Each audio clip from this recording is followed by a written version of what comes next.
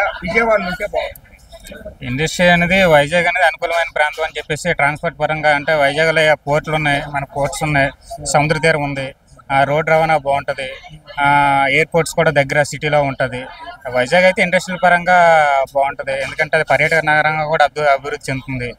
వైజాగ్ ఇప్పుడు 20 సంవత్సరాల ముందు ఉంటుంది మిగతా సిటీలతో పోలిస్తే. ఎప్పుడైనా అభివృద్ధి పరంగా కానీ ఏ విధంగా అయినా సార్. సో వైజాగ్లో వస్తే బాగుంటుందని ఆశిస్తున్నాం. అంటే ఇక్కడ చూస్తే ఆల్రెడీ ఏదైతే ముఖ్యమంత్రికి ఇలానే డిప్యూటీ సీఎంగా పవన్ కళ్యాణ్ ఉంటే బాగుంటుంది అనిపిస్తుందే, మళ్ళీ మూవీస్ లో హీరోగా కానొస్తే బాగుంటుంది. లేదు, ఆయన చేసినంతకాలం హీరోగా కొనసాగారు. ప్రజెంట్ అయితే ఆయన సేవలు రాష్ట్రానికి అవసరం. రాజకీయ పరంగా కూడా ఆయన కూడా అభివృద్ధి చెందాలని చెప్పి ఆశిస్తున్నాం. ఇంకా సేవ చేయాలి, ఎటువంటి ఇది లేకుండా సేవ చేయాలి, నిస్వార్థం లేకుండా సేవ చేస్తాడు కాబట్టి ఆయన రాష్ట్ర ప్రజలకు చాలా ఉపయోగపడతాడు. ఏ విధంగా చూసుకున్నా కానీ నిస్వార్థం లేని నాయకుడు కాబట్టి ఆయన అవసరం ఎంతైనా ఉంది రాష్ట్రం. అంటే కొంతమంది వైసీపీ నాయకులు ఆవేశం ఎక్కువగానే ఆలోచన ఉండదు పవన్ కళ్యాణ్ కానీ, వాళ్ళకి మీరేం చెప్తారు? అది ఒకనొక టైంలో ఆ పవన్ కళ్యాణ్ వేరు, ఇప్పుడున్న పవన్ కళ్యాణ్ వేరు.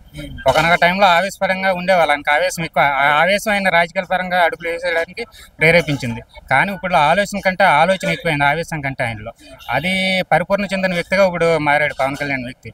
ఆ వ్యక్తిని వీళ్ళు అర్థం చేసుకోవడానికి వాళ్ళకి అంత ఇది లేదు, వాళ్ళకి అది సరిపోదు ఆయన అర్థం చేసుకోవాలంటే.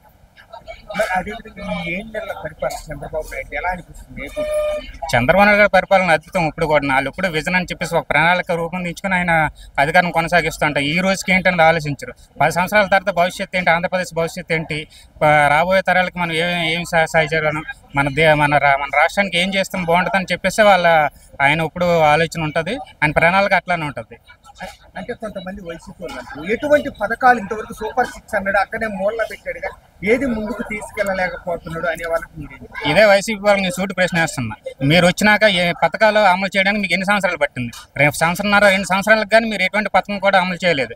కానీ వచ్చి 6-7 నెలలు అవ్వకముందే మీరు ప్రశ్నించడం, అది 6 రోజుల నుంచి మీరు సూపర్ 6ని ఇవ్వాలని చెప్పేసి మీరు కోవడం అవుతుంది. మీరు ఎన్ని రోజులకి మీరు పథకాలు ఇచ్చారో మీరు ఒకసారి ఆలోచించుకోండి.